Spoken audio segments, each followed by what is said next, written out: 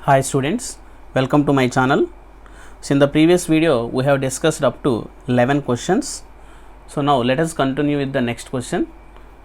So the 12th question is SF6 molecule. The structure of SF6 is octahedron. So whereas he asked the structure of SF4. So here he asked the structure of SF4 including lone pairs. If there is any. He asked if there is any lone pairs, then including lone pairs, what is the structure he asked. So the options are trigonal, bipyramidal, second one pyramidal, and third one square planar, and fourth one is trigonal planar. So okay, here SF4 molecule. So sulfur valence is 6. So sulfur forms 6 bonds. So here it forms only 4 bonds. 4 bonds with 4 fluorines. And here one more lone pair is there. So here the number of sigma bonds is equal to 4 and the number of lone pair equal to 1. So that's why total number of lone pairs and sigma bonds is equal to 5. So that's why here it should undergo sp3 dehybridization. For sp3 dehybridization, the structure will be trigonal bipyramidal like this. Here it will be trigonal bipyramidal structure like this. But here one lone pair is there. So the structure will be deviate from trigonal bipyramidal to actually it is seesaw structure. Here it is seesaw structure, but he asked including lone pair what is the structure. So including lone pair the structure will be trigonal bipyramidal structure. So the first option will be the correct option. Okay, clear? So generally the structure will be seesaw structure, but including lone pair there is a trigonal bipyramidal structure.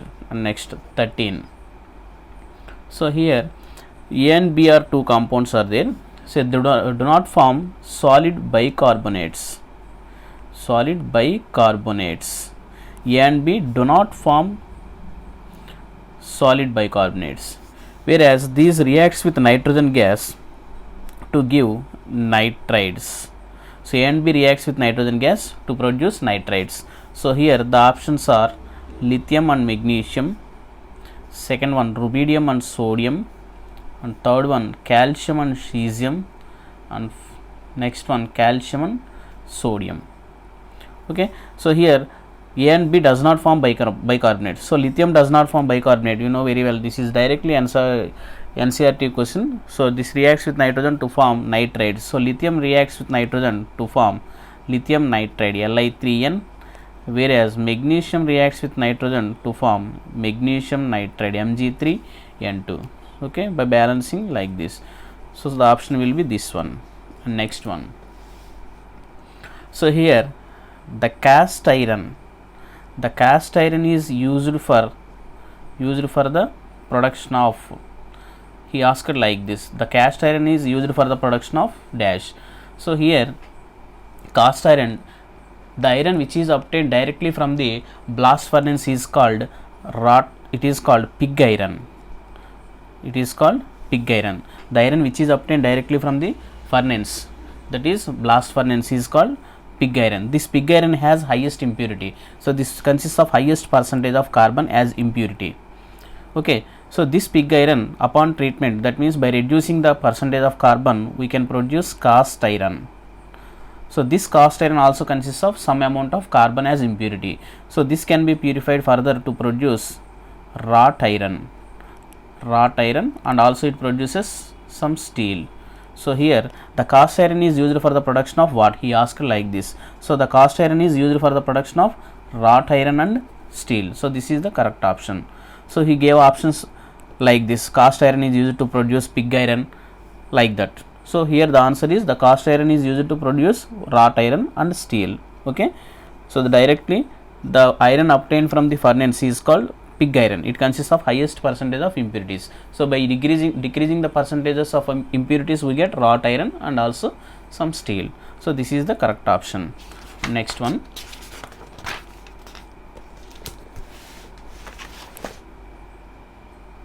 So next one, 15th. So here he asked the structure of XeF5 minus and XeO3F2. So here he asked the structures of these two. So here xenon consists of 8 valence electrons. So among these 8 electrons, it forms 5 sigma bonds with 5 fluorines and 1 electron is in excess. So 8 plus 1 electron, so total 9 electrons will be there. So among these 9 electrons, it forms 5 sigma bonds. So 5 sigma bonds, and how many lone pairs will left over? 4 electrons. That means 2 lone pairs will left over. So 2 lone pairs. So 5 plus 2, that is total 7. So we have to consider the number of sigma bonds and number of lone pairs. Okay, the number of sigma bonds and number of lone pairs. The sum of these two is equal to 7. That's why the hybridization will be sp3d3. 1 plus 3 plus 3, total 7. We have to consider like this. So sp3d3.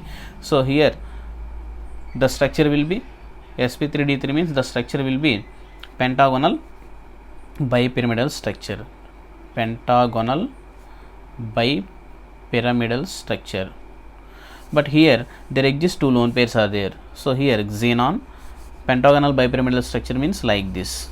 Here this is the pentagon.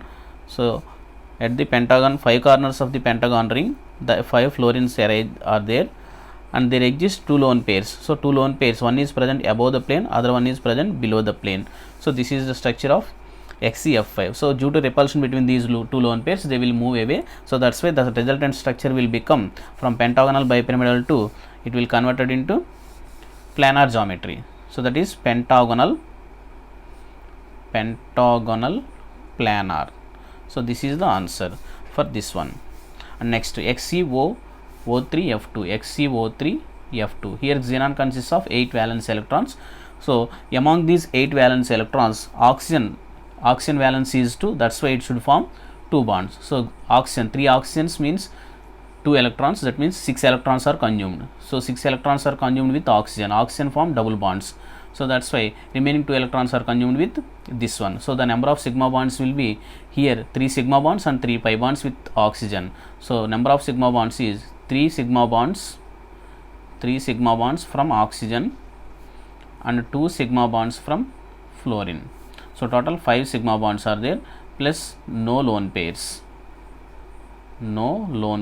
So 5 sigma bonds means the hybridization will be, the total will be 5. So 5 means the hybridization will be sp3d. So if it is sp3d, the structure will be, so here total 5. We have to consider like this. sp3d means the structure will be 5 means trigonal bipyramidal structure. So here it is trigonal bipyramidal structure. Since there is no any lone pair of electrons, so that's why the structure will not changes. There is no any deviation according to Vesper theory. So here the structure will be trigonal bipyramidal. Here it is pentagonal bipyramidal. Next one, 16th. So here he gave some complexes. So which of these following cannot show isomerism? So he gave the complexes like this. So he asked which of these does not show isomerism. Which of these does not show isomerism? So the first complex will be NiNH3 twice Cl2, and the second one NiEn thrice, and third one PtNH3 twice Cl2, and the fourth one is NiNH3 whole 4 H2O twice. So here we have to predict whether the molecules exhibits isomerism or not. So here the coordination number is 4. That's why it exhibits, it may be square planar or tetrahedral geometry. So if it is square planar, that will exhibit geometrical isomerism. Okay. And next one, here it is. Here the coordination number is 6. That's why it will exhibit optical isomerism. So it will have octahedron geometry. So it will exhibit optical isomerism.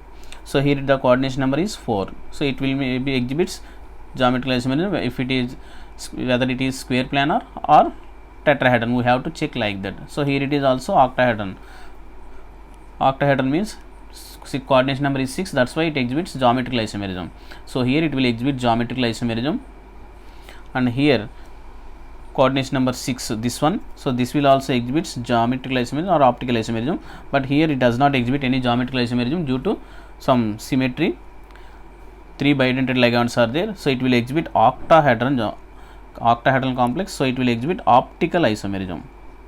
It will exhibit optical isomerism. So these two exhibit optical isomerism and geometrical isomerism, and these two are remained. So here it is nickel complex and it is platinum complex. So here coordination number is 4. So let us consider here it is Ni. So here it is in +2 oxidation state. So Ni +2. So for Ni +2 it is 3d8 and 4s0. So here 3d8 4s0. So this nickel belongs to 3d series. So here 1 2 3 like this, 1 2 3 4 5 6 7 8 electrons are there. So 2 single electrons are there, so 4s0 and 4p. So here it involves in sp3 hybridization, because here weak ligands are there. So in presence of weak ligands, the pairing of electrons does not takes place. So that's why here the hybridization will be sp3. So if it is sp3 hybridization, then the structure will be tetrahedron. So if it is tetrahedron, it does not exhibit any geometrical isomerism. Okay, it does not exhibit geometrical isomerism. And next, if you consider this one, platinum. So platinum belongs to 5d series. Here it belongs to 5d series. So since the configuration is same, 3d8 4s0. So here 1 2 3 4 5 6 7 8 electrons are there, 4s0 and 4p. So here, even though it is weak ligand, so since it belongs to 5d series, so here it forms only inner orbital complex. That means the electrons will pair up against to Hund's rule. Even though it is weak ligand, the electrons will pair up against to Hund's rule. So that's why it will undergo like this. Here it will undergo dsp2 hybridization. dsp2 hybridization. So square planar complex. So this square planar complex will exhibit geometrical isomerism. Okay, so that's why it will also exhibit geometrical isomerism. So here it does not exhibit any geometrical isomerism. So the correct option is this one, first one. And next one. Here the next question is matching question. Match the following. So the first part consists of ion-ion interaction and dipole interaction, and third one Landon dispersion forces. So here he gave like this. So here it is directly proportional to 1 by r, and directly proportional to 1 by r square, and 1 by r cube, and 1 by r power 4. Here the forces of attraction depends upon the distance between the two atoms. So the ion-ion interaction, for this it is directly proportional to 1 by r. For dipole interaction is directly proportional to 1 by r cube, and the Landon dispersion forces is also directly proportional to 1 by r power 6. So here it is also direct question. The next question is also matching question. So that is the absorption spectra of 3 species A, B, C is given by graph. So here it is given in the graph, the absorption spectra for 3 species. Here it is absorption on y-axis and lambda wavelength on x-axis. So here he gave lambda A at this portion, and lambda B at this portion, and lambda C at this portion. So here he gave a matching like this. So first one, that is lambda A and Fe NH3 whole 6 and plus something oxidation state. And for second option, so lambda B for this Fe F6 nothing but 1 Fe F6 and minus 6 plus N. So here it is the coordination for the existence of charge. Here he gave like this. So lambda C Fe NCS whole 6 minus 6 plus N. So here these are the complexes. For these complexes the lambda absorptions will be like this: lambda A, lambda B and lambda C. So here he asked to match these lambda values and for these complexes. So here the complexes are, here ammonia NH3 is there, So ammonia ligand. So this ligand, so we have to compare the strength of the ligand. So if stronger the ligand strength, so remember carefully, if stronger is the ligand strength, then splitting of d orbitals will be more. So here the splitting of d orbitals will be more. If it is strong, the ligand is strong, then the splitting of d orbitals will be more. If the splitting is more, then energy difference between these two is more. If energy is more, then lambda will be less. Okay. If energy is more, E is equal to h nu or E is equal to hc by lambda. Energy is inversely proportional to wavelength. So if the ligand is strongest ligand, then the splitting is more. If splitting is more, the energy difference between these two is, that is T2z orbitals and Ez orbitals will be more. Okay. If the energy difference is more, then lambda will become less. So here the lambda will be less for strong ligand. So here the order of splitting powers, that is strength of ligands is in the order of NH3 is a strong ligand than NCS and it is strong ligand than halide ion. So here NCS means thioisocyanide ammonia. So the strength of ligand is more, this one is more. So here if the strength of ligand is more is the splitting energy. So if energy is more, wavelength will be less. So here the wavelength order, so lambda order, wavelength order will be like this: NH3 less than NCS is less than F minus. So here the wavelength is less for A, so that's why A less, low wavelength means it is for ammonia complex. So here it is like this, so we have to match like this. Lambda B means somewhat more, so here NCS, so here it is like this, and next one lambda C, it is like this. So here it is the correct matching. Okay, lambda A which is for FeNH3 6, lambda B for FeNCS 6, and lambda C for this one. Okay, you have to remember this point. If the strongest ligand is there, the splitting energy is more. If splitting energy is more, wavelength will be less. Okay, so this is the order of splitting power. So this is the order of lambda wavelength. And next one, 19th question. So here it is based upon theoretical concept. So suppose a mango is there. So a mango, if mango is placed in a mango is there, that is placed in concentrated salt solution. So whenever it is kept in concentrated salt solution, it suffers some shrinking. So the mango will shrinks. So this phenomenon based upon which of the following process? He gave several process. So whenever the mango shrinks, here this is concentrated solution. So the mango consists of some low concentrated solution. So this low concentration to high concentration, only the solvent molecules moves. This process is called osmosis. So here the answer is osmosis. So due to this osmosis technique, here the shrinking of mango takes place. Okay, and next question is problematic question. So the heat of combustion of ethanol, he gave the value delta H. Heat of combustion of ethanol is equal to minus 327 kilocalories. So the combustion equation for ethyl alcohol is C2H5OH, upon combustion produces carbon dioxide and water. So here by balancing this equation we get like this. So here it is. So here the delta H combustion value will be minus 327 kilocalories, and here at constant pressure, at constant temperature. So this process is at constant pressure and at a temperature of 27 degrees centigrade. And how much heat is evolved? He asked to calculate the heat evolved. How much heat is evolved? He asked to calculate the heat evolved in calories. He asked in calories in the combustion at constant volume. At constant volume. Here it is at constant pressure. He asked to calculate at constant volume and at the same temperature, that is temperature is equal to 27 degrees centigrade. So here this is enthalpy change. This is at constant pressure and he asked to calculate at constant volume. So here delta HC is equal to, the equation is delta UC plus delta nRT. Okay, here Cp means dH by dt at P, or Cv is equal to du by dt at P. So here you have to know these two equations. So here it is at constant pressure means dH by dt, at constant volume means du by dt.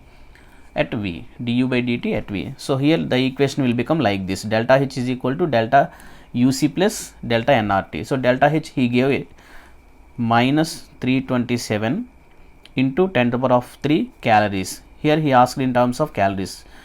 So delta U means you have to calculate delta UC plus delta UC means here it is at constant volume. Okay, clear?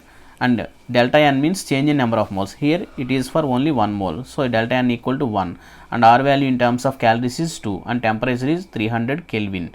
Here it is 27 degrees means centigrade means it is 300 Kelvin. So by simplifying we get delta U is equal to minus 326400 calories. So here it is the answer. Okay, and next one. So now the next question is based upon empirical formula. So we have to calculate the empirical formula from the given data. He gave the data ratios of elements. So he gave the ratios of elements. From that ratios of element we have to calculate the empirical formula, and that empirical formula upon combustion produces carbon dioxide and water. So how many moles are required? How many moles of oxygen are required for the complete combustion of 2 moles of the obtained molecule? So he asked like that. So let us calculate that one. So here this equation is obtained from here. Let just have a look here. So here this is obtained from the relation Cp minus Cv is equal to nRT. So from this we can get this one. Okay. Okay, next one. So here he gave the percentage, the ratios of elements, that is carbon hydrogen ratios 4:1 and carbon oxygen ratio is 3:1. He gave like this, and he asked to calculate the empirical formula. So we have to find out the empirical formula. So from that empirical formula we have to again calculate molecular formula. So that molecule upon combustion produces carbon dioxide and water. So let us calculate the first empirical formula. So here carbon and hydrogen are present in 4:1 ratio. So if we increase the ratio, let it be that 12:3. So here if you increase this one also, then 12:16. So okay, here the carbon ratios are same. That's why the carbon hydrogen oxygen ratios are 12:3:16. So now we have to calculate the empirical formula. Carbon hydrogen oxygen percentage 12, 3 and 16. So then we have to calculate the ratio, percentage ratio of atomic weight. So 3 by atomic weight 1 and 16 by 16. So the simple ratio will be like this. So here the least ratio also become this, least ratio will become 1, 3 and 1. So here the empirical formula will become, empirical formula is equal to CH3 and O. So this is empirical formula. And if you get, this is the saturated one. So in order to get the empirical formula we have to C2H6O. So this is the empirical formula. So from this compound, so upon combustion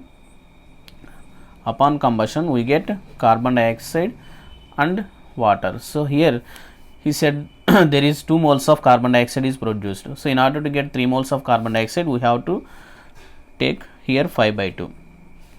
Okay, so this is the balanced equation. So here there is 5 moles of carbon oxygen is consumed and 2 moles of this one is consumed. So if you take 2 moles here, then it will become 5 moles. So here he asked how much moles of oxygen is required for the complete combustion of 2 moles of this compound.